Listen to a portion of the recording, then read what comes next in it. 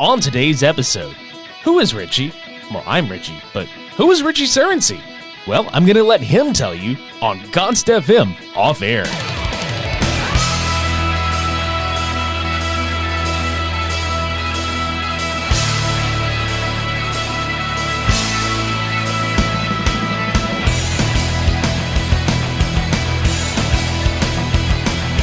Welcome, ghouls, ghoulettes, and guesties to gonstFM Off Air, the official podcast companion to 66.6 gonstFM, the radio station dedicated to the band Ghost and the Gonst posting community, broadcasted monthly on the Stationhead app.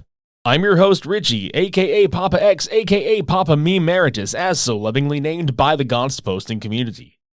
I've got a special treat for y'all today. I got to sit down and hang out with Richie Surrency, who is the lead head of security for the band Ghost. And it was really funny how it came together. It was a very, very last minute thing. I got a ding on my phone while I was in the shower, and I looked down and I saw that, and I was like, that's really? And Richie was like, yeah, I'll do this. And I was like, cool. So I've got such and such dates wide open. And he was like, I'm ready right now. And I'm like, what?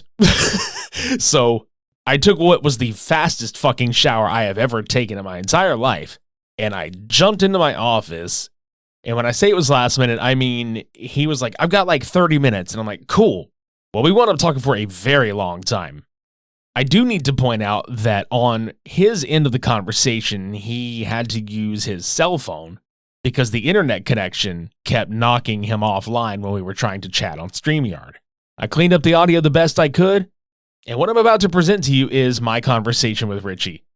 Richie talked about a lot of things. He talked about his time, most of his time in the industry was spent with Limp Bizkit. So we have a few stories from that, and, you know, we kind of bounce all over the place, but it was a fucking fun conversation. The dude has lots of stories, lots to say, and yes, we do talk about Ghost a little bit. And if you pay close enough attention to the conversation, you'll find out when Ghost goes back on tour. So let's jump into the conversation. You're getting a 2-for-1 deal. It's not just me. You're getting two bald, bearded, beautiful men on this podcast, and we are both named Richie. How are you doing today, bud? Oh, man, I'm doing good, Richie. I already like you, man, because you got to say, hey, is this spelled R-I-C-H-I-E also? Damn right it is. The only way to spell it. I hate the T.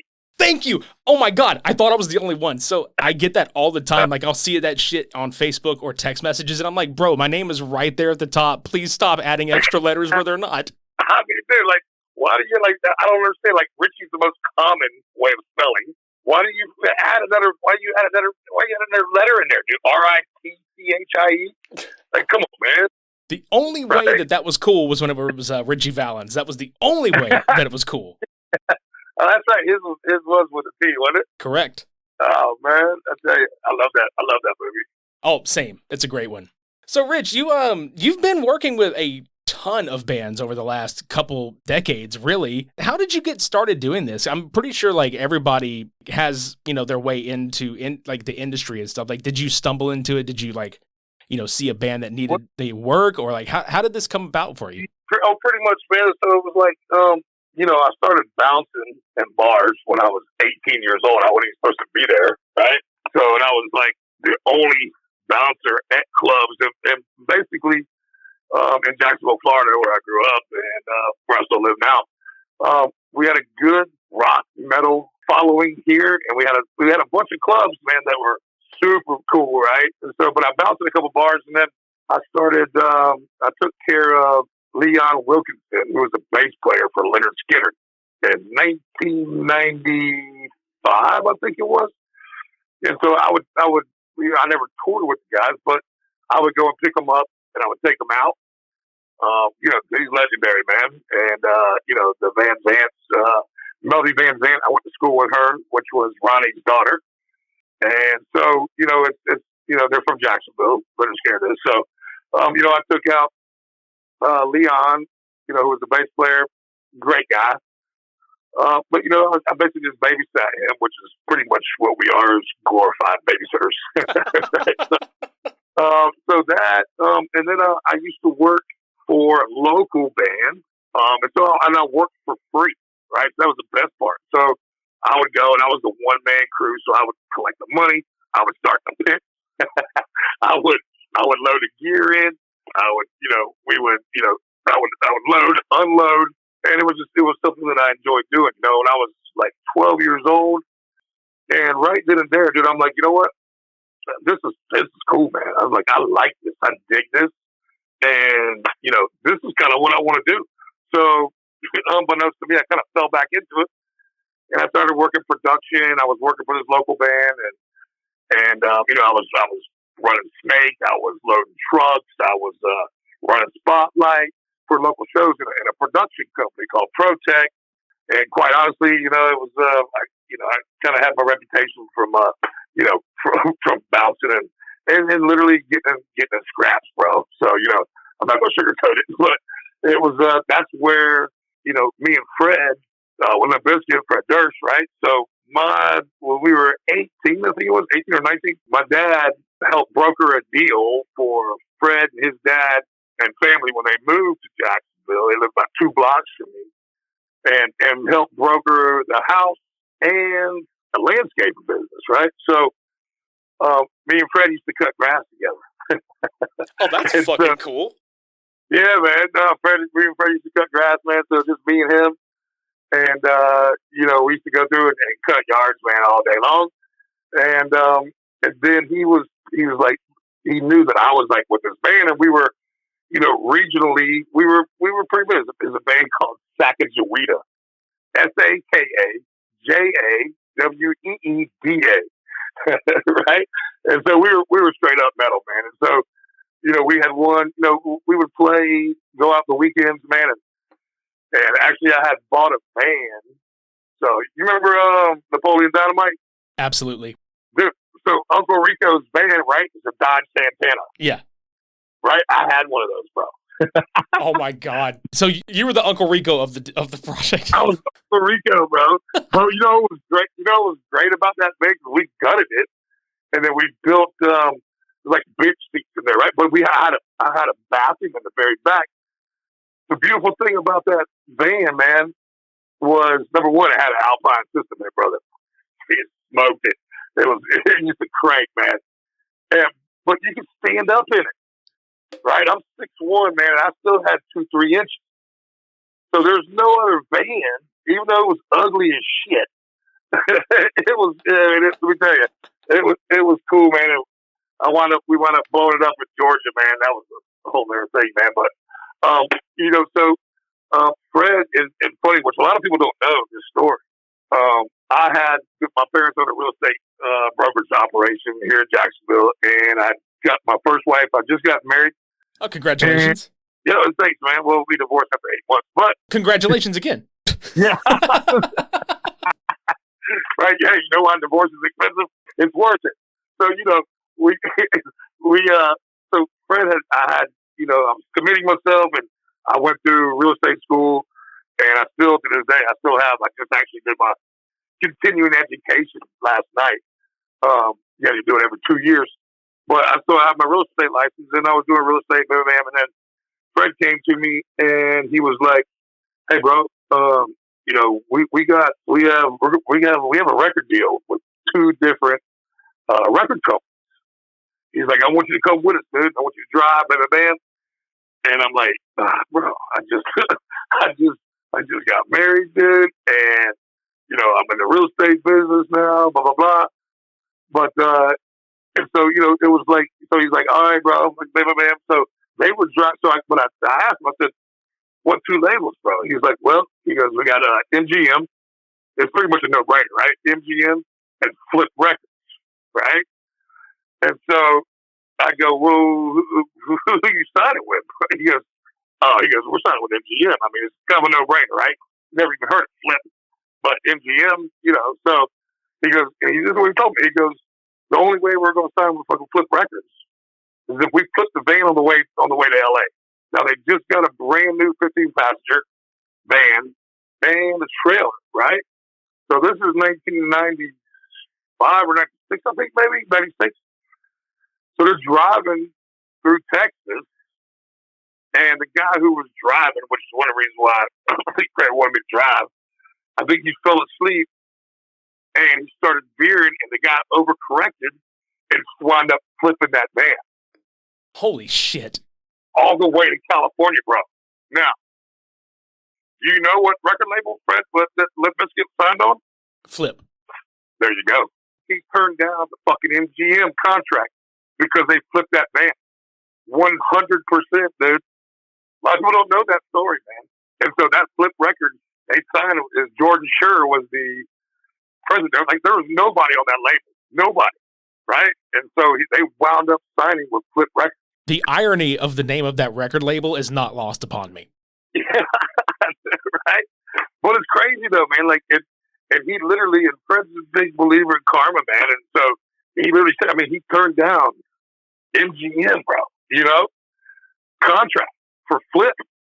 And, I mean, listen, it was the right decision. And, you know, I mean, at that time, but, you know, it worked out. But there was guys, so literally, when he came to me and asked me if I wanted to go, it's because he took my two guitar players from the local band that I worked for. Right? So he didn't want me to be bad at them. So he took my two guys, which one of them wound up to become, he was the lead guitar player for the band Cold out of Jacksonville. Terry? It was Terry. Terry Balsamo. Yeah. Terry's one of my best friends there. And then, you know, he went on to Evanescence, obviously. But yeah, no, it was Terry, bro. And so Terry was my guitar player in Sacagawea, along with Rob Waters, who's passed now. But, you know, both of them were mad as shit. They're like, what the fuck? What are you doing, dude? Fuck this. And so they left, right? And then Wes came back because, you know, he had brought them because Wes, you know, kind of left the fucking band. And, you know, which was kind of crazy. It was like, you know, we've been touring, dude, for Sacagawea for like 3 years, man. Like, just grinding, writing albums, dude, playing shows. And then all of a sudden, Fred puts together a band and records it off of a boom box in the garage. And he's got 2 record deals from it. You know what I'm saying? Yeah. The irony.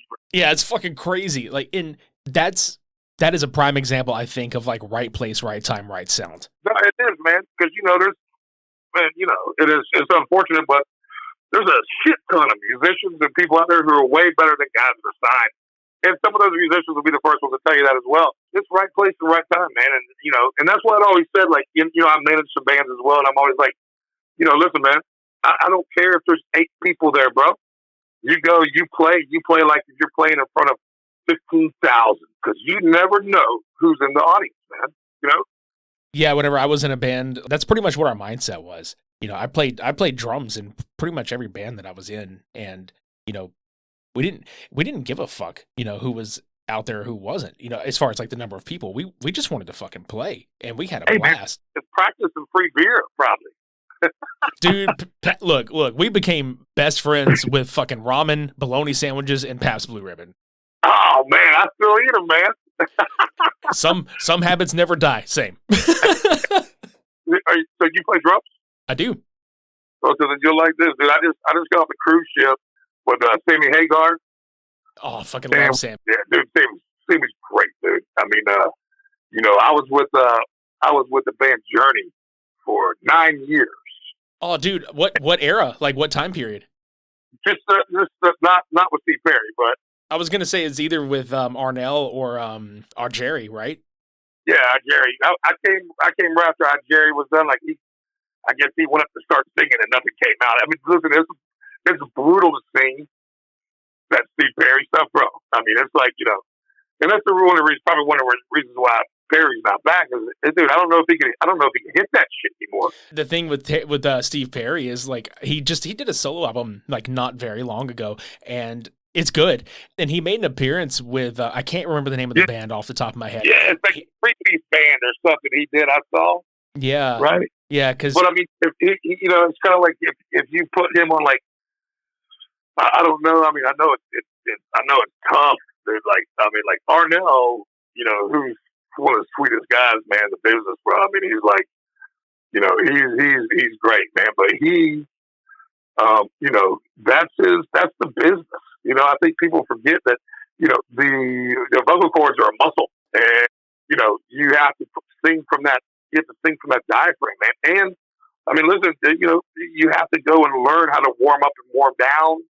And, there are only a very few people I know that really don't. And Aaron Lewis is one of them, right? Like, Aaron will wake up in the morning, dude, roll 3 joints, dude, and smoke a Newport right behind each one of them, and then go and kill it. I don't know how he does it, but he's never warmed up or warmed down in his life, right? But right, and that blows my mind. It blows my mind with him because honestly, like he, like just watching like a lot of his older material, knowing that, and then even like some of his more current stuff, like you just see like footage of him live, he sounds the same. He's one of those musicians that sounds the same live as he does in the studio. I mean, you know what, dude? This is, I was sitting in Miami Beach. We're recording 14 Shades of Grey. I can't remember. But we were in the house in Biscayne Bay, dude, in Miami. And we were recording, so, all the guitar tracks and shit were done. So we were laying down vocals. And so he's in the studio, and he's in the ISO booth, doing lyrics and shit. And all of a sudden the door opens up. And who comes through? Bono. No shit. Fucking Bono. Like, you too, Bono. You too, fucking Bono, bro. I said you know. Damn. And he's like, because we did a thing for like, Bono. He's one of those guys that, we were talking earlier. Like, you might not want to meet some of the guys you might have, worshipped with music, as a kid, you know what I mean? Because, you never know how these people are, right? Dude, he came and so we did a thing with him, and where he done a song, it's kind of like a Farm Aid song or something. I forget what it was. And he had nailed it. And so I don't even know where he came. I don't even know if he knew we were in. I don't know anything of that, dude. He just walked in and he's like, hey, he's there. And I'm like, yeah, he's in here right now. And he had at that time, this was probably Aaron's daughter. He only had one daughter then, and that was Zoe. And she was like a year and a half old, dude. Now Zoe's like 24. So it was 21, 22 years ago, I think, maybe. And Bono like did some stuff like Aaron was dubbing vocals, right? So his vocal track would come down, and he had it where, it was like where whenever he would sing it, and then he would double it, it matched perfectly. So like the first take, he did it with his pitches and tones, right?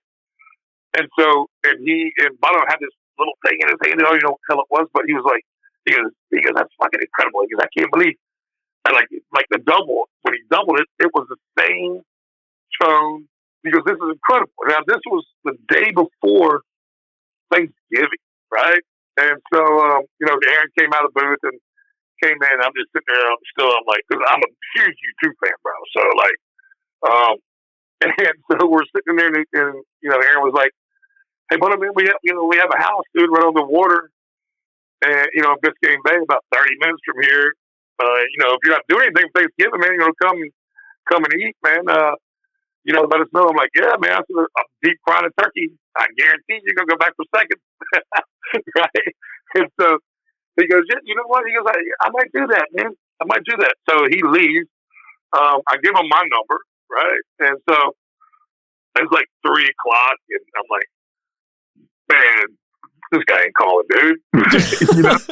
But all of a sudden, after I said that, about 5 minutes later, bro, he calls.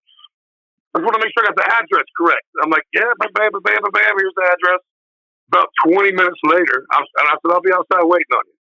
About 20 minutes later, I see a cab pulling up, and then I see a Jaguar behind it. So this will tell you how long ago it was. There was no GPS on cell phones. He paid the cab driver to drive to the address, and he followed him. How great is that? That's fucking smart. It's funny, too, actually. I was like, damn, dude. Like, the cab driver was his GPS, man. So, look, he came in, dude. It was him and his assistant. They came in. Man, we ate. We hung out for hours, man. We had wine, man. We sat out on the veranda, dude, overlooking Stiltsville in Miami, which is where, Prohibition. Yeah, they used to have the buildings on stilts out there. So the house that we rented,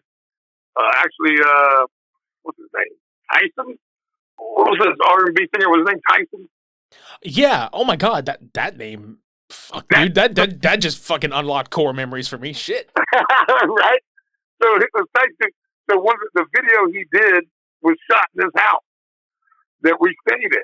Killer, it was a killer old school, like Spanish style, right there on the water, man. We used to fish every night. The best part, we used to fish and let the bait sit out there. And we had the baby monitor. we had the baby monitor near the reel. So we had the speaker inside, and we had the baby monitor by the reel. So that way we heard if a fish came and took it, we hear and we run outside. That's fucking great. But dude, let me tell you, man, that and Bono went back for thirds on my turkey, bro. But we had it. He stayed, man. I've got 3 pictures, man, with people that I've met. I don't normally get pictures, but you know, it's sort of unprofessional in my job, especially if I'm working.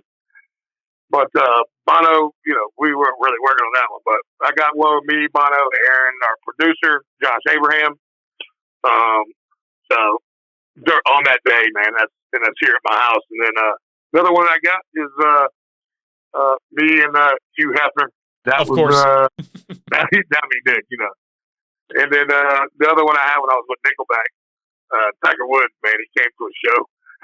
it was funny because it was right in the middle of all that turmoil he was going through with his ex-wife, right? Yeah. And so I get some pictures of him because you know he came to the show and he's out front of house mix, and then people were kind of busting his balls a little bit because they go, I don't know what's worse, you know, that he's out or if he's at that Nickelback show. Oh, fuck. Dude, and that's like the most random to me. That's like the most random name that you would hear going to a Nickelback concert, like of all people, Tiger fucking Woods. You know what? It was crazy. We were in Orlando at that time. I think it was Amway Arena. Yeah, man. No, he came out, dude. He was there. He hung out. He enjoyed it, man. He was there, you know, the whole show. And you know, I had me and my guys. We escorted him out there and kept one of my guys out there with him, and you know, escorted him back out. And he was gone, but yeah, man, he's super cool, man. And you know, that's that. I've been rambling, dude. I start talking, dude. And I start remembering stories, man. You know, I pretty much have forgotten more than I actually know. But as I start talking about stuff, it's something that triggers, you know, another story, man. So my ADD or ADHD will kick in. I might go sideways on it, but that is the content for me, is like having actual natural conversations with people, because like I could sit here and ask you 20 questions all day. These stories are absolutely fantastic. And really, like, it's your career, it's your life. And that's, you know, that's pretty much, you know, what we're just bullshitting about is just life in general. And, you know, how you got into the industry and stuff. So like hearing these stories are fucking amazing, actually. And it's crazy that like, because you had brought up, you know, Fred and Aaron and Terry, you know, I was remembering how a lot of these bands and names have all kind of intertwined with one another over the years, because I remember when Stained had done their Unplugged gig for MTV, Terry actually went in and did acoustic with them for the live set. Yeah, I was there. Yeah, that's what I'm saying. Like, you know, these bands, and most of them are from Florida. And I'll tell you, like, one of the people, actually a few of the people that I have met in the industry, it's wild how many of them are either neighbors or they're, you know, they've toured together countless times, but you probably would have never known that they've toured together. I hung out with Seven Dust here in Louisiana at Lafayette, and it blew my mind talking with Morgan, their drummer. And I love Morgan, man. Oh, he's a fantastic fucking dude. I was just bullshitting with him, you know, because he was showing me his kit. Like, he let me like fucking walk up and like look at it, like literally like right in front of my face and shit. And I, like, you know, of course, me being a drummer, I was just fucking creaming my goddamn pants. I was like, this is a fantastic fucking kit. And he was like, "What? You know what I'd be doing if I wasn't doing drums, man?" I was like, "What?" He's like, "I'd be playing fucking first base for the Florida Marlins." I'm like, "No shit." Dude, you know, he played with Cold Chamber. Mm-hmm. Yeah. Right? So Cold Chamber was out. That's when I first met Morgan. When we were out, I was doing Bizkit. And with Bizkit that time, not only was I doing security, but I also did carpentry. I put together that toilet. You remember that? Yep. Like, we had that toilet. And that toilet was a 3-piece. right? So it had the front of the basin, the back of the basin, and then it had the top. I don't know what the hell you call that, forget, and it had the top on there, right? So we only had so much time because that was on Ozfest, and Opie, who's legendary, he was the stage manager / production manager for Ozzy. And he was like, "You guys got 4 minutes to put that thing together. If you can't do it in 4 minutes, you can't use it." So we had got it a couple days before it, and me and my buddy Pat, who's now he's actually still touring. He's touring with everybody now. He's stage manager for a bunch of different bands, and but he was actually one of my singers for another band that I worked for locally here. But we took that thing out in a parking lot. I think it may have been a Walmart or something, and we were timing it. And we basically got to where it was just we can put that thing up, with local help. And we had on caster wheels on dollies, and then we roll it out, boom, boom, boom, put the second piece behind it in the basin, and then we had 2 screws because it had steps, that went up. So we actually had that toilet was huge, bro. So it took up half of a semi, and we had cutouts of, at that time, it was the Backstreet Boys and cutouts of the Spice Girls. And Fred would walk up those stairs inside the toilet and then walk around the rim. And then my boy Pat, because I would be in the barricade at that time, and my boy Pat would grab one, Fred would go, "Wait, who's here?" And he's like, "Backstreet Boys are here." And everybody would be like, "Boo!" He'd be like, "Hold on a second." And my boy Pat would bring up one of the Backstreet Boys and full size cutout, right? So, and then Fred would go, "What the fuck are you doing here, motherfucker? You guys want to flush this motherfucker down the toilet?" And then DJ Lethal had the sample of a toilet flush, right? And so he'd go, "Lethal, flush that motherfucker." And everybody would be like, "Yeah." So my boy would have to, so Lethal would flush the toilet, and then my boy would have to take it down a circular motion and flush him, you know what I mean? Yeah. And drop him down the toilet, right? So I think it was so cool, man. And that's that was I loved that tour, man. I think it was 1998. I think that sounds about right. Yeah, Cold Chamber was there. Ozzy. What a fucking lineup of bands to see. Like, if you're just a fucking spectator at that, god damn. It was great, man. And, we did, family values tours and all those, man. I remember that. Crazy thing is that I leave in a couple of weeks to go do Stained and Cedar. And then I go right into Five Finger Death Punch for 5 months with Five Finger. So October 15th. And then Ghost is actually supposed to start back sometime in November. Yeah, and it's funny enough, I actually have been sitting here as the calendar has rolled by thinking to myself, I was like, that sounds like it's about the time, late fall 2024. That sounds about right. So that's... Yeah, I know T's doing, I know he's been busy, man. Oh, yeah. I know, dude. It's wild because all the bands that you've mentioned beforehand and then walking into Ghost, it feels like it's night and day as far as just from a listener's perspective, from somebody that has done a lot of digging into the band's history and loves what Tobias has done with this, let's be honest, a fucking empire of a brand at this point. It's got to be night and day going from bands like Disturbed and Limp Bizkit to Ghost. It is. I have said this a few times, and I'm sure you'll agree with me because you and I seem to have a shit ton of the same taste in music. To me, Ghost is this generation's Kiss, as far as imagery and music and spectacle. That's how I view them. That's how big I see them as. It really is. Listen, obviously there's always going to be haters, right? But I've heard this more times than once. Is that and it kind of makes sense. It's like ABBA Sabbath meets Phantom of the Opera. You know what I'm saying?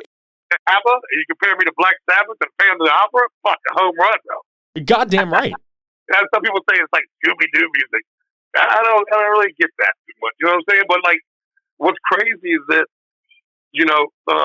whenever like I'm home and I go out, everyone's like, "Hey, where you been at?" I'm like, "Oh, man, I've been with Ghost." They're like, "Who?" I'm like, "Fucking perfect." I know I ain't gonna be getting no call from you for tickets. You know what I'm saying? I shit you not, man. It's crazy that, dude, we sold out 2 nights at the Forum in LA. We sold out, like, when we went overseas and then went to South America and, Mexico and South America. And just all the shows sold out in an hour, to multiple nights. And it's like, he has the greatest fans, man. And that's when, when I left Disturbed to go work for Ghost. And, one, for me with Disturbed, I love those guys, man. They're fucking killer. They're super cool, all of them. I love those guys. But I was, kind of wanting to do something a little different, and it was like, my buddy was a tour manager, and he was like, "Hey, listen, Richie, these guys are awesome. Tobias is great. This and that." I'm like, "You know what, dude?" I said, "You know what? I'm in, dude." And, I don't know if you've seen any of the videos, but like, I'm a barricade guy. Oh yeah, absolutely. So like, I'm not staying on the stage, on the stairs, which is what I was doing with Disturbed. But like, there's 2 positions in touring if you go on tour. One, there's a venue position, which is what I like to do now, which is, I do all the advances, I have all the meetings, I have my meetings, and I brief all the security guys, police, EMTs, where they're at, if we have an emergency, what's our evac plan, and that's what I do, right? So there's so much more that's involved that a lot of people don't know. You know what I'm saying? No, so you are literally the director of operations for any kind of like the security teams that keep these guys and the fans safe. No, 100%, man. And and it's like you go in and and that's one of the reasons why what I do is the same way, because I was one of those guys. I was a local barricade security guy. It's a crazy job. And the second job is the personal side, right? So with the venue side, I roll with the crew. I ride with the crew. I'm in, first one in, last one out, right? So my days off are my days off, right? So the band personal guy, which is who I've done most of my life, and like with Tobias, I do that with Tobias as well. But you don't really have a day off, man. You're 7 days a week. You're on call, right? So you can't really be like, "Oh, hey, man, my sister." Now if you most of the time, if you tell the guy like, "Hey, man, my sister's here. I want to go see her and see my nieces and nephews." Most of the time, it's not a problem, right? But if they want to go somewhere, you're like, you got to really stay kind of close to the hotel and be there for if they call. So you don't really have any personal time, and if you do, you usually got to get up early in the morning, like if you want to go work out, if you want to go jog, if you got to do laundry, whatever it might be. Everything's a little different, right? But the plus side of that is you stay with the band in the band hotels, which are 5-star resorts. You ride on the band bus, super nice, get whatever you want to do on there. Versus the crew bus, you got 10 to 11 other guys or girls on the bus with you. You know what I'm saying? And it's like, the hours are long. I mean, I work 16, 17 hours a day, bro. But, as they say, when you do something you enjoy doing, you never work a day in your life. Well, that's bullshit, because I enjoy doing this. It's work, though, man. It's definitely, pros and cons. And, it's definitely not going to complain about it, man. It's hard, though, when to have, to be married, have a relationship, and have kids. Right. So it's definitely, and now my kids are older, so they don't even really give a shit if dad's here or not, to be honest with you. They talk about I'm not here. I crack the whip on them, you know what I mean? Right. Mine's about to be that age in a couple of years himself, so I'm pretty sure he's like, dad's not cool anymore, I mean, cell phone bills, you guys don't even answer my text, bro. Right. Yeah, man. So that's like with Ghost, man, I was watching over Dan, and David, those guys, but that's where Dan wanted me. You know what I mean? And it's like I feel like a fish out of water. With that, I was like the highest paid water boy ever. Complete with the Adam Sandler bit. Yes, I would stand on the side of the stage and I would do a good job for you. Yeah, I would do a good job for you. But it's like I'm like, dude, I'm the venue guy. I need to be in a barricade. I need to make sure the guard. I mean, I can see them, but I'm that guy. I like to have interaction with those guys. And when you do that, when you introduce yourself to those guys, and one of the reasons why I do it because I was that guy, and I'd always hoped that when tours would come through locally when I was running the barricade, that these guys would come down and be like, "Hey, man, I want to introduce myself. I'm a band. You need anything, band?" And they never did. And I always told myself, you know what? If I get in that spot, man, I'm going to make it a point. Everybody's going to know me, right? So, like, even the back gate of either the arena or a shed or a stadium, I'll walk out there, man, and I let people know who I am. Number one, if I happen to be walking by here, I don't want you stopping me and asking me for my pass. Because chances are I'm coming through and I'm coming through for a reason. And or if I have my artist, I want people to know that, hey, I'm coming through. Look at my pass one time, but don't look at it a second time. So, when you go and introduce yourself, they want to work better for you too, right? So they're like, hey, that guy, man, he's cool, man. He came by here. And their attitude changes. Because, a lot of times, man, the local security company, and, it's tough right now. It's hard to find people who want to work. And, if they do work, they're usually, they're complacent. They're looking at their phone. And it's like, dude, listen, man, I get it, man. But you know what? This is what I do full time. What you do reflects upon me. Okay? So you might not want to be here, bro. Whatever. I get it. But I need you to step your shit up, man. You know what I'm saying? You have a very important position. And, it's like,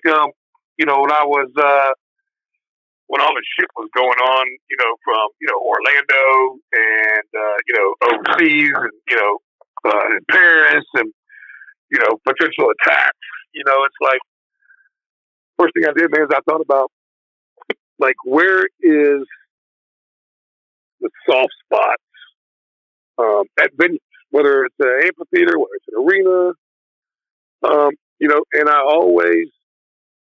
it always came to, for me, what I would do is it's the back gate, man. And so what I started doing, I started implementing having police officers at the back gate. Because, at the back gate, have you ever driven around to a shed or an arena and you got one guy on that gate, right? Yeah, and it's usually like a giant ass like roll up piece or like it's just a rolling, right? It's a rolling gate, right? There's one guy there. There's no. If I was gonna, so if we were gonna go to a show and I wanted to fuck some shit up, right? I'm not gonna go to the front, man, where there's like 9 cops, security, dogs, all that, right? I'm gonna go around the building, and where's the one place I'm gonna go? Right there, that back gate for the guy who's playing Sudoku, who's under a tent. And, you roll up in a van, man, be like, hey, man, I'm looking for, he walks over there, you put one in him, and now that gate opens, and now, where are you at? You're backstage. Right. Dressing, catering, offices. And then if you run up on stage, and now, where are you at? You're in an elevated position, going down. I mean, dude, I've had nightmares on that shit.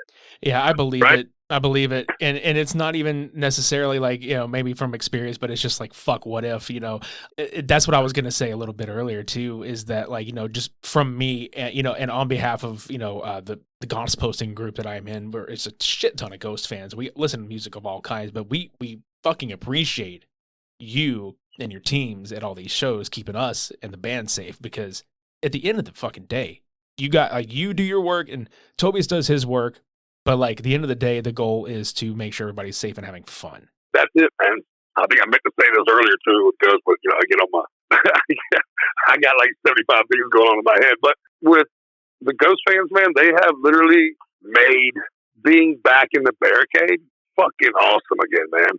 I mean, like, and that was one thing is like, you know what, Tobias, they my TM who hired me, he was like, he knows my personality, and when you know what the fuck you're doing, and when you know that you can take care of shit, there's no reason for a guy in my position to be a fucking dick. And you can't be a dick to the people who pays your client bills in return, who pays you. There's no reason to be a dick, dude. A lot of these guys who are like, and listen, I'll be the first one to admit, man, back in the Bizkit days, bro, I had to be that guy. There's like different scenarios for different situations. You kind of be like a chameleon. But, if you're in New York and people are fucking around New York, you can't be all soft-spoken. Hey, guys, step back. You got to speak like a fucking New Yorker almost. Hey, motherfucker, get the fuck back. You know what I mean? Right. That's the only way to respond to. You know what I mean? I can't be like, hey, guys, listen, this is not appropriate. Take a couple steps back. You know what I mean? But it depends on, like, who you're with. Like, I was with Evanescence as well. Amy, she's like a sister to me, man. And I love her. And I spent many, many, many, many, many years with her. And, she now she lives in Nashville. But it's like, now you have a female, and now stuff kind of changes too. So, one of the things I implemented, but I still keep to this day, just because I have females in the dressing room hallways, even with ghosts. Just because, number one, having a guy back there, he's pretty much bored, and then he's like just looking for a reason to be like, hey, what are you doing back here? It's like, dude, this is my band member, bro. I just showed him to you about 5 minutes ago. Right? So chill out a little bit. And the female, number one, why I started implementing it was because, I have one on the dressing room door. And just because in case the door opened and Amy might be dressing or undressing or whatever it might be, I didn't need some dude looking at her. You know what I'm saying? And, right. And it really, that's worked. I started that probably about 17 years ago. And, I've had a couple of people like, hey, why is it that you want a female back there? Dude, please don't sit here. I don't care if she's 70 years old, bro.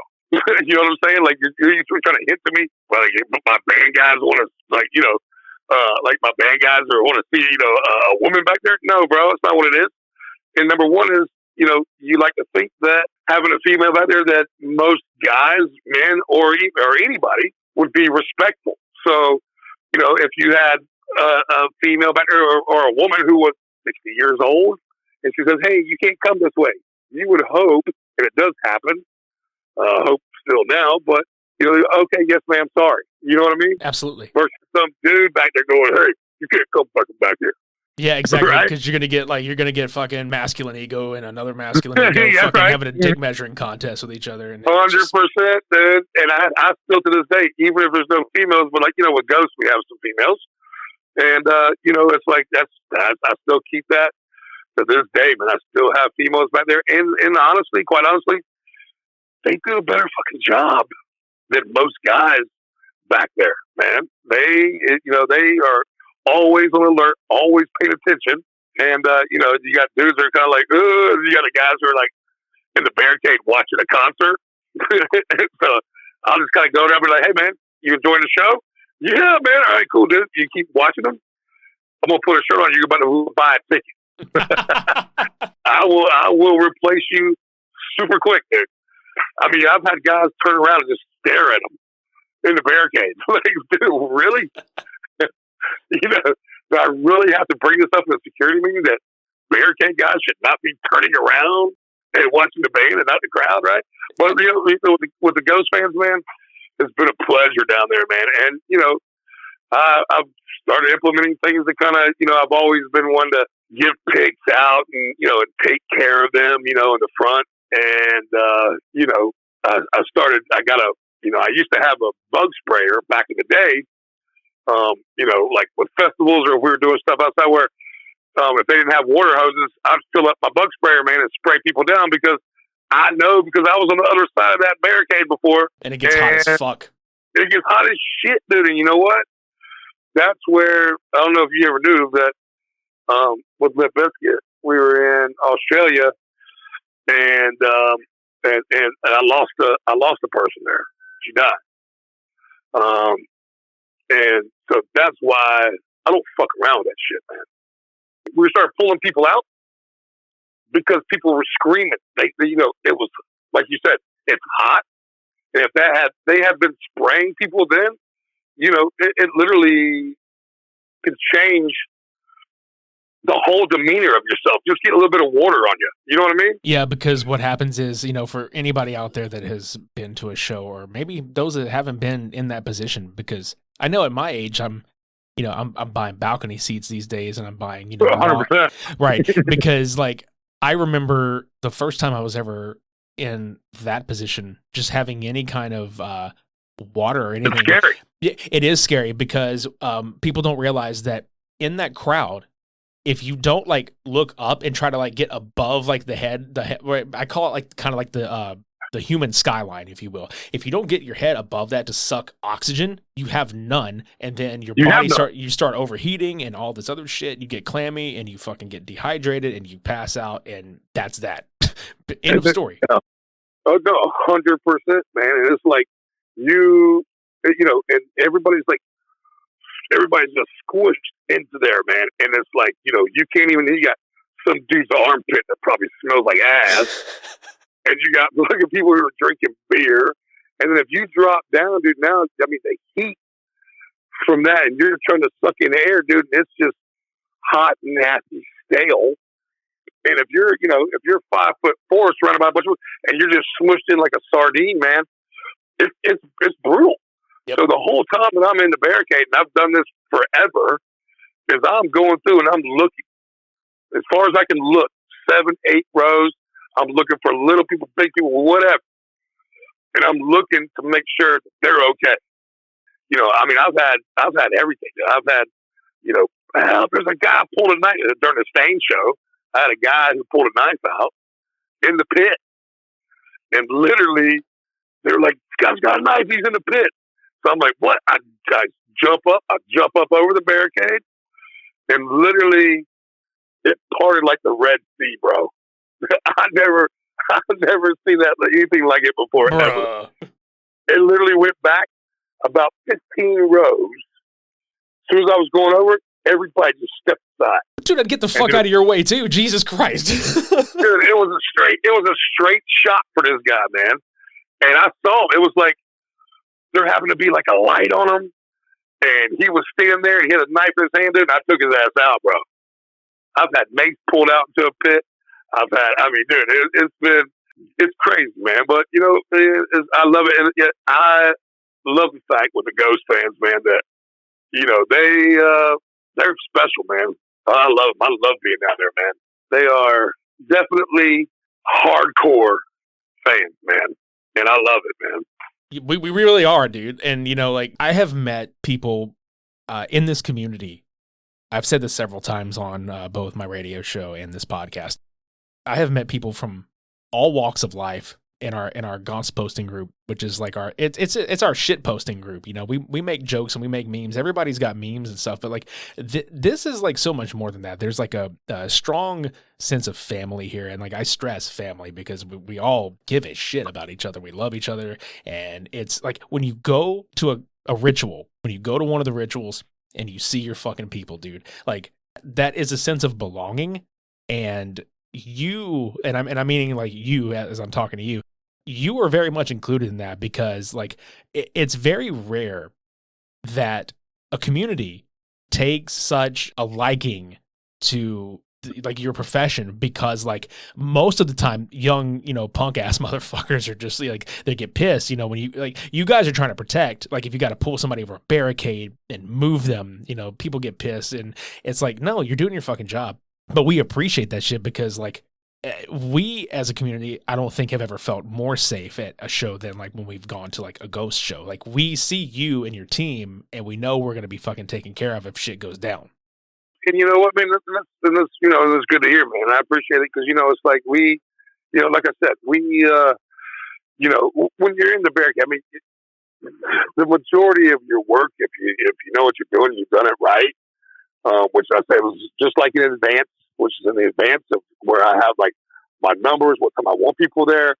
I do a 30-minute meeting with a brief with, police, EMTs, where they're at, what they have on, where they're at, because I need to bring people over. And most of the time it's because of dehydration. With Journey, I was look, I need to know, do you guys have defibrillators on hand? Because Journey fans are a little older.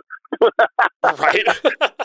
You know what I'm saying? Yeah. You might have, you got a lights on, you know what I mean? But like, with, what happens with the Ghost fans, and this is what I told them too. I said, listen, the Ghost fans, it's crazy because, you think that they're like, oh, it's Ghost, and it's like some crazy, some crazy thing is going to be happening. I mean, I've had where, I doing my advance. When I say doing my advance, so I send them my advance sheet, for each band. It's tailored to their wants and needs, right? And so, they'll come in like, hey, we were going to hire 18 more cops for this show. I'm like, why? Well, I mean, we've got phone calls and stuff on it. I'm like, what? I'm like, 18 more cops. I go, look, you're going to have more problems at a Taylor Swift show than you will at a Ghost show. I mean, these fans are great. They look forward to wearing makeup. They look forward to dressing up. I said, these things are the best, and you're going to come after this show, and what I want you to do is, I want you to come to me and tell me, Richie, you're absolutely correct. These fans were awesome. There's never any scraps, no fights, no nothing. They're there to watch a killer show, and that's it. You know what I mean? There's no nothing taking place at these shows. I mean, obviously, there's a few things, and I've had a couple guys that I've actually snatched out. Where anybody that's in the pit area, there's always there's always one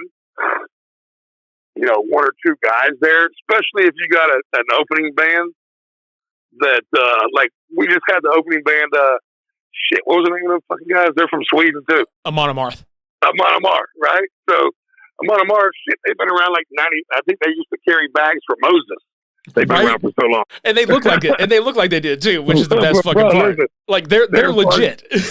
They're legit. They're fucking awesome. If we were in Europe, we'd be playing a stadium with them motherfuckers, right? Yeah. They're fantastic, man. But they have an older school type fan base, right? And so they're there at that show, and then, Ghost comes on, and, you got a couple of those old guys there that want to fuck around and do some moshing and stuff. It's like, no, bro, look, if I see you fucking push up on this fucking crowd again, dude, I'm going to snatch your ass out of here, bro. And, of course, you've had I remember my first beer, you got a couple of those guys, right? And then, It's funny. Like, that's literally what I picture happening is like, you see it happening and you just, it's almost like a smart ass kind of thing where you see the dude doing the shit and you're just like, yeah, I remember my first beer too, buddy. Come here. Yeah, no, it's like, it's like, the Ghost fans are in there, they're probably 20 years younger. So, these guys, these guys are like, I'll do what I want. What are you going to do, little fucker? Well, you got a Richie right here, motherfucker. So they're like, Richie, this guy keeps fucking pushing up on me. So I was like, hey, bro, look here. I promise you this.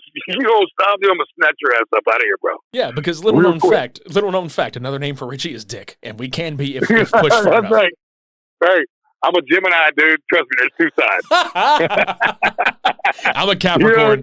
I'm a Capricorn, so I get it. Yeah, man, there's two sides, bro. Believe me. There's a side when I'm working, and there's a side when I'm not, man. When I'm working, it's super cool to be with these guys right now. Like, I've got, I don't think I said this before, but I've got Ceny and see there for pretty much about a month, man. And then Five Finger, I pretty much go straight into that. Just go straight over to Europe, and we do a bunch of the festivals, come back from Europe, and then more Metallica dates. And then that, like I said, that ends October 15th. And then hopefully there were Ghost, man, after November. Sometime in November, man, I know, hopefully. You know what I mean? No, trust me when I say, like, we're keeping our fucking fingers crossed for that shit. Like, I can tell you right now, and you already know this, everybody's been so in the anticipation stage because I know Tobias just finished wrapping the movie that they've been working on and shit, because I know, like, when he flew out to fucking LA for the Grammy Awards, I want to say he flew from New York because I know he had been in New York working on some shit for what the new record's going to be, but I can tell that man has been busy, and, like, just to even know just a little hint that in the fourth quarter something's happening is a big deal. So, I mean, if we had talked to me, I had asked, Tobias, last year when we were finishing up in overseas, and I'm like, when you think about going out again, bud, so I want to make sure, I'm like, if you have me, I want to make sure that I'm available. He's like, hell yeah, we want you, Rich. He's like, we're not really thinking about, maybe, November, which is kind of weird because, like, nobody really goes out in November. They're kind of like finishing up on a tour, which, could be a good thing, though, too, is that everybody else is finishing up. I mean, obviously, we'd probably go for, probably maybe around Europe or something like that. And then, November, maybe half of December. And I'm just, I have no idea. I'm just spitballing at this point. Yeah, pretty much I'm spitballing. But, if that was going to be the case, that's how I see that, is that I see it like, sometime in November, couple weeks, and then, usually, go to like December 15th or something like that. And then you take the rest of the year off and then fire back up, February-ish, something like that. And then, I know we're supposed to go for, especially if there's, new album and all that stuff. And, that's the genius behind, Ghost and Tobias, is that, there's nothing ever really put out. So you're it's almost kind of like Tool, right? Tool, you never had to fucking do any press. You never had to do anything, right? Because, it's always an event when Tool comes out and plays. If it wasn't Tool, it's a perfect circle. Yep. But you never had to, it's kind of, Maynard always had that stigma to him, to where, I mean, you don't ever hear shit, do shit, say shit. And Tobias, dude, he's just like, he's got to be one of the coolest guys, man, I've ever met. And he's got so much shit going on his head, just like me. Which I think why we get along so good is that, it's kind of, when with the fans is that, everybody else you kind of know, with other bands, you kind of like know what's going on, and there's all this shit behind it. And really, that's what kind of makes this, the anonymity, with the guys. But I think the anonymity is kind of lost now with the ghouls and ghoulettes. You know what I'm saying? It's like, I look at that and I'm like, okay, because, we take it seriously, like with sound checks, I make sure everybody's cleared out of there. Nobody's allowed anywhere in there, except like our crew. Right. Because they don't have masks and shit on when they're doing sound check.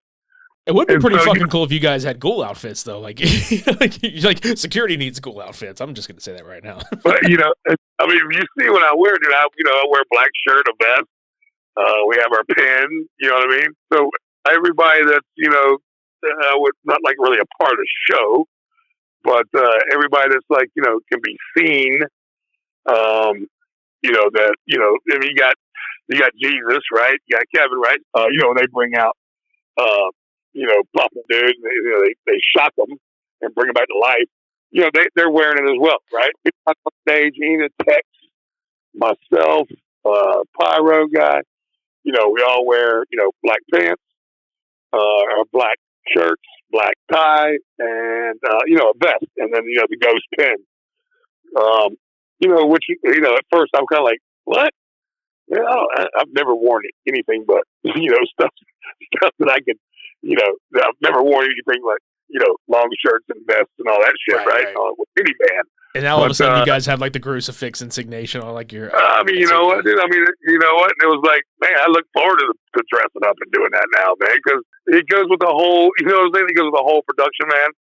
And it's great, man. I really enjoy being with the Ghost guys, man. We enjoy having you along for the ride, man. You and your team do a fucking phenomenal job, and it doesn't go unnoticed. I know you probably don't hear that enough, and your guys probably don't hear that enough. But I'm definitely here to tell you, like, none of that shit goes unnoticed. No, 100%, dude. Like I said, man, I appreciate it, man. There's a lot of work that goes on with that, man. And you know what? You usually don't hear that. But the cool thing is, dude, like with Tobias, dude, he thanks all the crew every single night. Whether he points out, like, sometimes he'd be like, Richie, Richie, and at first, he said, do you mind if I say that, Richie? And I'm like, you know what? I said, I don't mind because, I want people to know that I'm down there to help them. Right. But at the same time, though, too, is, keep it in mind, listen, I'm here to protect you. They see me, then they know you're with me, right? So it's kind of a catch-22. Yeah. But for the most part, there's no fans that want to do, there's always going to be a few fans that, might be a little abrasive, might be a little overbearing. And just always know, like, listen, man, just treat them normal, like you said. Yeah, like I said, earlier when we were, just bullshitting before we really started rolling, like, we're all people. Like, there might be different levels to whatever your profession is. There might be levels of fame, with that profession, but you're still a person too. And it just so happens that you're kind of at like a different level as far as accessibility, No, 100%, man. You know what? It's just advice for anybody. Like, if you see that person, man, just like, hey, bro, listen, man, I dig your stuff, man. Appreciate doing what you're doing. Bam. And, and leave it at that. And that person is going to appreciate that, Absolutely. They're used to having people all day long kissing their ass, man. And, and I'm not the one. I'm a straight shooter, straight up, no bullshit, no ass kissing. If you disrespect me or family, or if I feel like you're doing something you shouldn't be doing, I'm gonna tell you about it. And that's actually what's kept me in my job for as long as because they appreciate that as well. You know what I'm saying? Yeah, like I know for a fact, like you've seen it several times. Like me growing up, like I was talking to you earlier, my father being in radio, and I've met like a shit ton of bands that have come through our area. Like I've fucking seen that shit too, and it's so crazy, like knowing like how the times have changed since then. The level, with social media and the level with which people are much more accessible now. Privacy is fucking difficult to achieve these days, and it's impressive that Ghost actually held on to it as long as they did, for at least I think the first maybe 10 years or so of their career. So yeah, it's kind of like careful what you wish for. Pretty fucking much. And I think social media has actually helped Ghost a little bit, right? I think Mariana Cross on TikTok kind of blew him up, a little bit. Oh, absolutely it did. Because, I mean, like, they were already, okay, so when Meliora had come out, their third album, whenever that had come out, and Cerise was, like, the big fucking thing. I remember The Late Show, I think it was Stephen Colbert that they did the live performance on. And now, mind you, I hadn't gotten fully into them by this point. It was during a point where I was just seeing like merchandise in Hot Topic, or I was seeing images of Papa 3, on promotional shit in the mall and, things like that. And I was like, oh, that's fucking cool. And I just wouldn't like think about it because I saw it everywhere. And then when I finally got into him, I was like, God damn, like I've been missing out. And anyway, seeing like the performances, what he was doing, was like, dude, it's fucking insane. Like how much bigger is this going to be? And lo and behold, Prequel comes out, and then with Rats, and then the big stadium tours where they did their finale in Mexico, where he ascends to Papa 4 status, and then the band just gets fucking bigger. Like that was like right when Mariana Cross was first coming out, and then like when Impera came out, it was just like in your face. It was fucking everywhere. Well, you know what too is like you got the hardcore Ghost fans from 15, 16, 17, 18, that, since Mariana Cross did that, you've got so many new people, and you're like, Ghost is so much more than Mariana Cross, and they are. And, I could say, honestly, I really wasn't even a fan, dude, to be honest with you. Just because I really didn't listen to them as much, and I always thought, like, when I first heard of him coming out, I was expecting something fucking heavy, right? I mean, like heavy, right? Because I mean, that's really what I was into, right?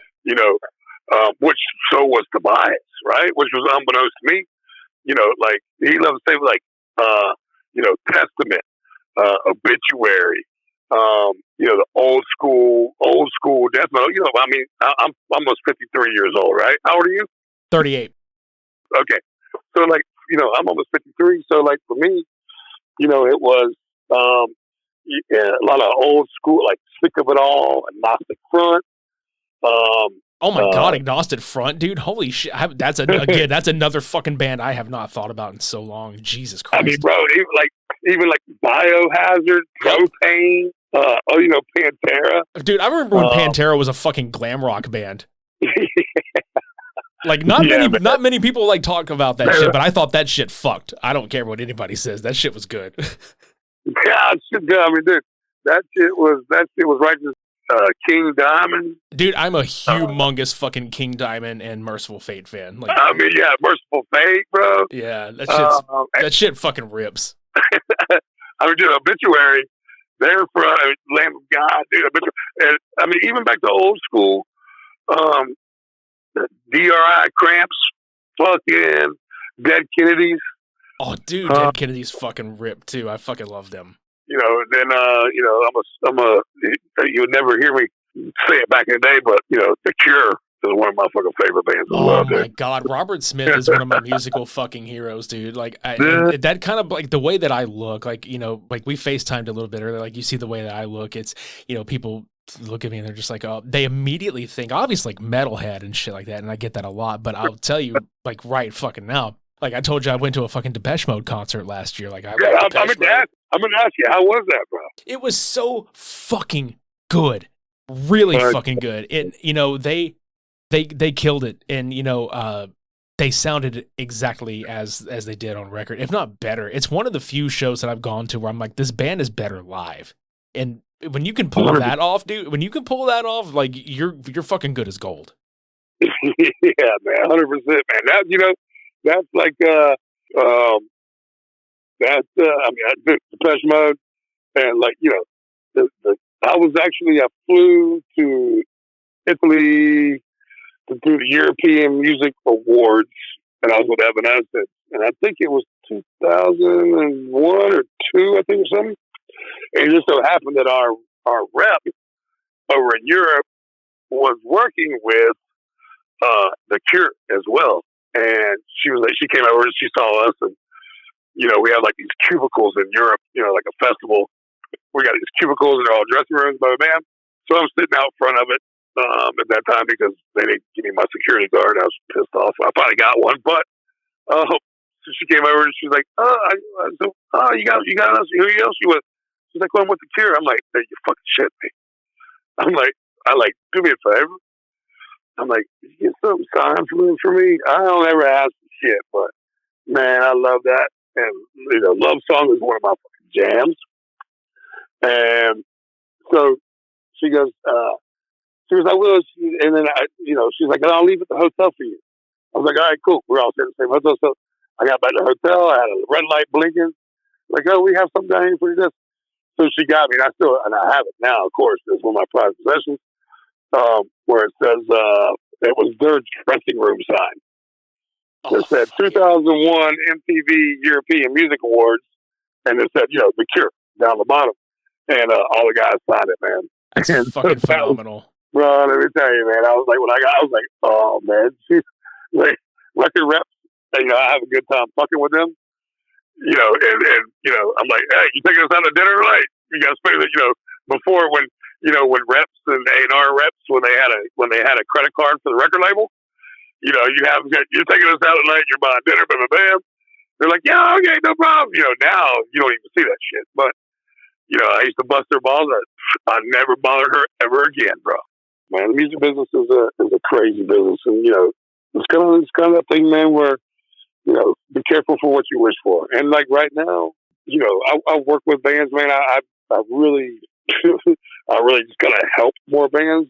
I love the music business. I love the job. I love everything about it. I mean, bro, what did I tell you? I told you, like, hey, look, man, I got like 20, 30 minutes. We've been talking 2 hours and 43 fucking minutes right now, dude. Right? Hey, I'm living for this. I'm living for this shit, though. To be honest with you, like, there's plenty of fucking material. I'm just having fun shooting the shit with you at this point, bro. Hey, like, my conversation with Richie, it's in 12 parts. So here's part 1. I've got a whole fucking calendar year worth of material right here. You're like, here's episode 1, here's 2. We got like 12 parts because, you know. But hey, listen, man. Hey, Rich, is there anything that like you want to know that you know what I can tell you? I mean, is there anything directly, man, that you want to ask? I know we were just shooting the shit, but I mean, I know, like I'm sure you got some question or something that I'll see if I can answer it for you or not. But yeah, for sure, dude. I mean, there's always a ton of shit I could ask, you know what I mean? But it's more or less like, if you can't answer it, it's okay. Like, I fucking totally get it. But like, anything I do ask, if you can speak on it, that's fucking fantastic. No, listen, I got something to ask away, bro, and I'll respectfully decline or respectfully answer. No, right on. So like, no. No, motherfucker. No, motherfucker, respectfully. Go ahead. Respectfully, fuck right off in that general direction, buddy.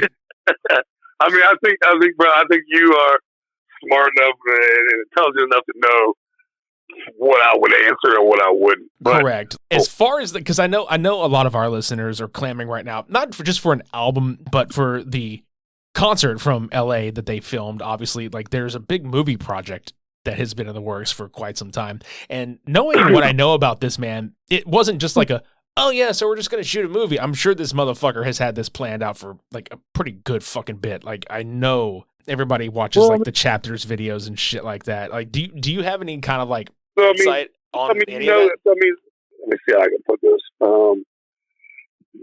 Like I'm not sure how the whole thing is going to be portrayed, right? Because I mean, listen, he lives in Switzerland, bro. You know what I'm saying? Yeah. And I'm here, right? So, but I mean, that there's a reason why we didn't have cameras of video in LA. Absolutely. You know what I'm saying? So I mean, it doesn't take a fucking genius to figure out there's something happening and taking place. What I think, it's kind of like the best part is you kind of leave it up to your imagination, like what could happen. I think, which is what everybody's doing, like what's going to happen? Is Papa going to die? Is he going to come back? This and that.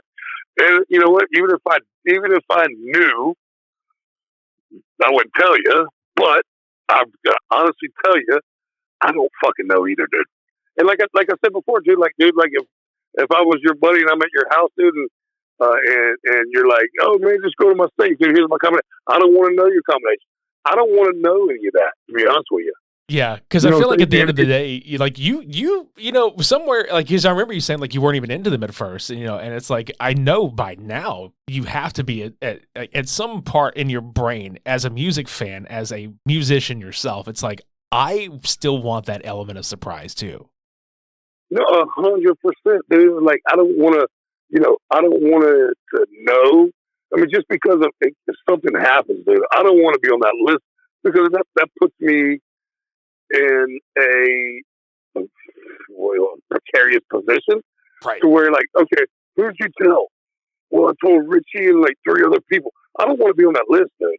Just like I don't want to be on a list like how many people know your safe code. You know what? I don't want to be on that list either, dude. And even if he was going, hey, Richie, listen, what do you think of this? I'm thinking about doing this and that. I'd be like, hey, I don't really want to know. You know exactly what the fuck you're doing, dude. You've got no fucking problems. And, and like, honestly, I mean, the LA stuff, people know what we did there. People know we had video. And it was a live show. There was really not too much different from what we normally did. There might have been some extra stuff, that was shot, but nothing that was like anything that would lead any of us on to like what his plans are. Right. Like none of us fucking know, dude.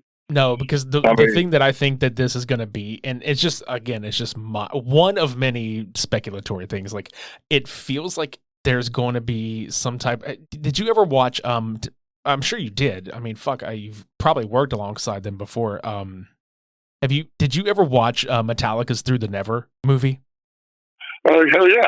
That's kind of the vibe I'm getting, where it's going to be like, obviously like the live stuff is going to be there, but I feel like there's like storyline mixed in with, like, I feel like it's going to be essentially like a feature length chapters video where it's like we got some of the lore, we've got people, portraying these characters, and it's going to be mixed with you know shit. what? That would be fucking super fucking cool, dude. You know what I'm saying? Yeah. I mean, that would be super cool. And I think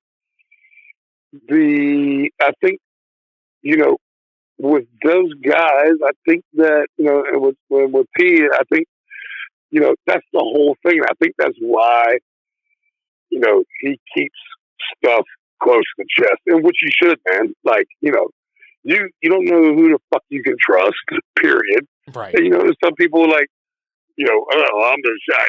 I know this, but, maybe I'm going to say, what I'm saying? Like, I never want to be that guy. Like, if I was management, okay, cool. Then I would do that and we wouldn't even be talking right now. Right? So, with me, my job is I'll make sure and I protect him in every aspect, whether it's personally, whether it's, through interviews, whether it's through anything. And if I did know, like, oh yeah, dude, fuck, dude, he's doing that. Yeah, bro, he's got a full-length movie coming out on fucking IMAX, dude. It's gonna be fucking dope. You would never fucking hear that. You know what I mean? And so, right. and at that point, it would kind of ruin the surprise if there is one or if there isn't one. You know what I mean? I haven't worked with him long enough for him to, to know what he's doing or what he has planned. You know what I'm saying? I haven't worked with him long enough to even know, or even if I did, you never really know what's inside, the artist's head, bro. So I would love to be able to tell you, like, yeah, dude, it's fucking, this is going to happen. But what I can say is, if you are a fan, and any of the fans that are out there, just kind of know, dude, like, he's not going to stray from, I don't think, from what he's done in the past. You know what I mean? Right. And like I said, he's very creative. He's a superstar, bro, to me. Super fucking nice guy, bro. And anything that he does, he's going to do it 100%. And I'd love to be able to tell you anything differently, but he's a Sweden dude, most of the time anyway. And I don't know, because I'm not with him all the time, dude. So, and like I said, even if I was, if I did know, I would tell you.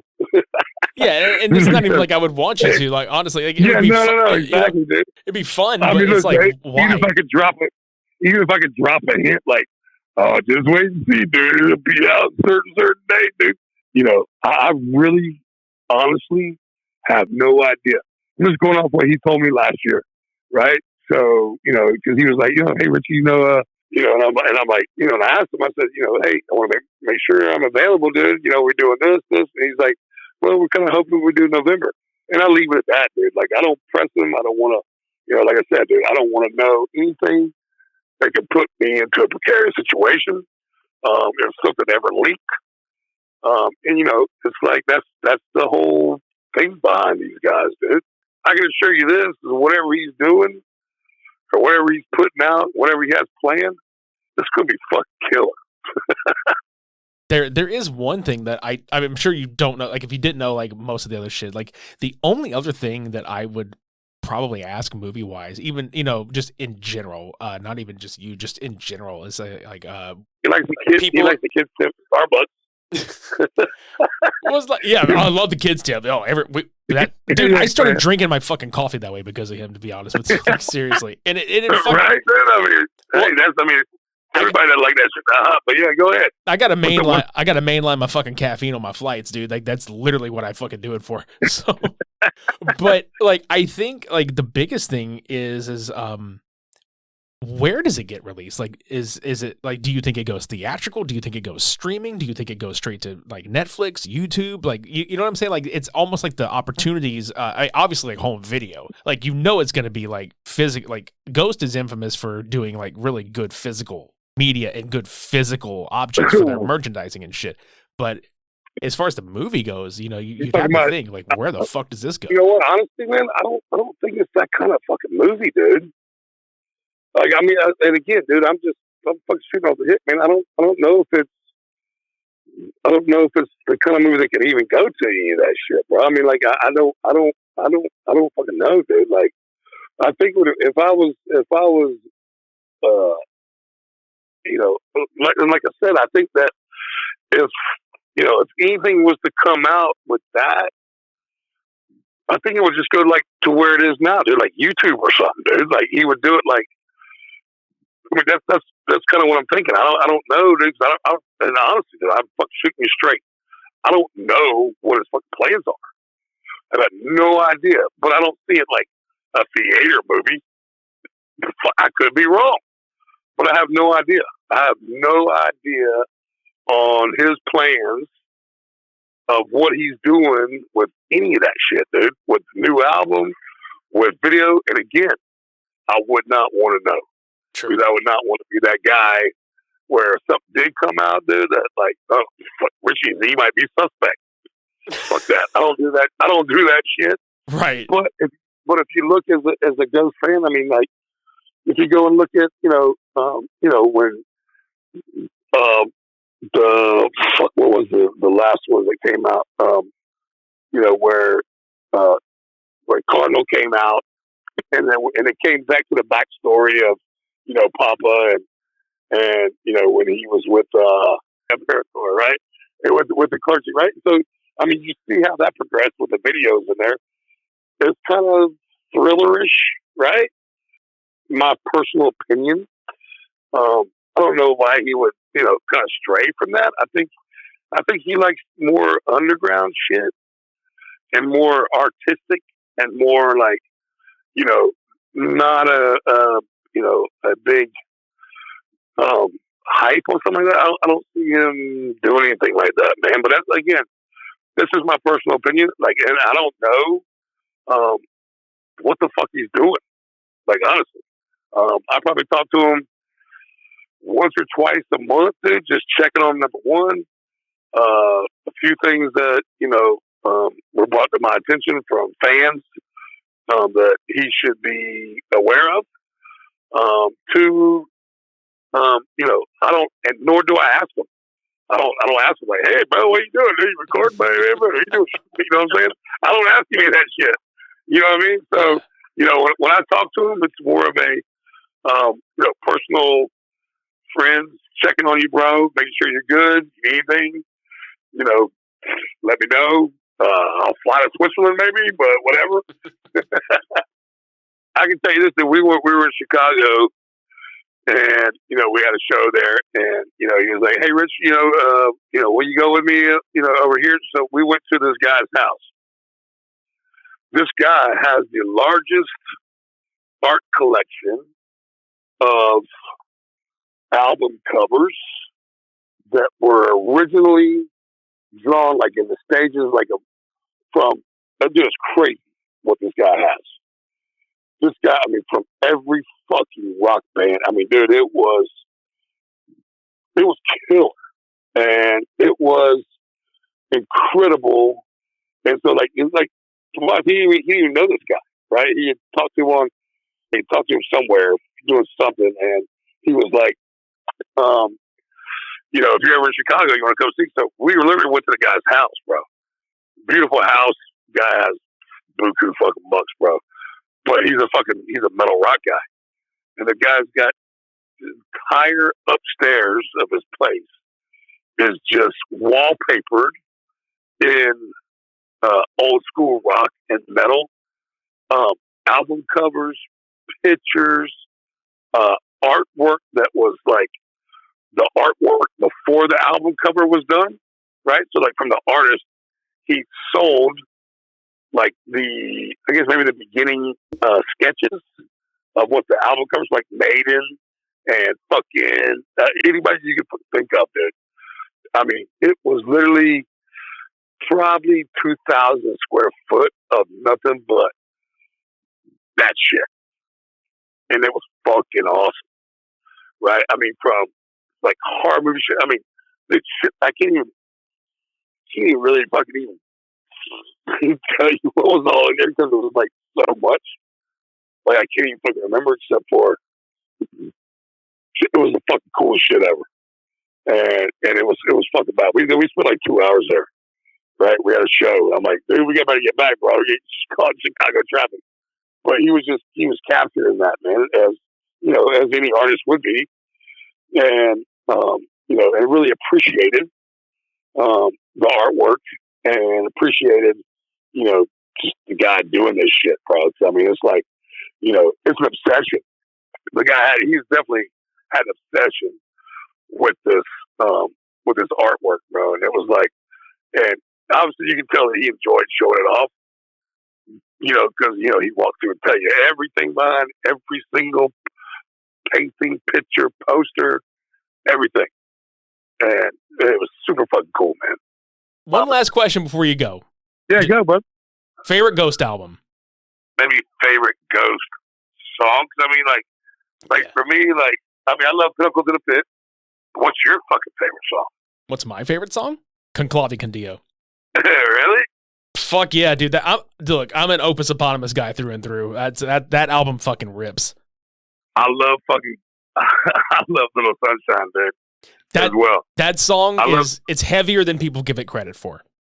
Dude, that fucking song sounds so good in my fucking car, bro. I mean, it's like the bass is just right.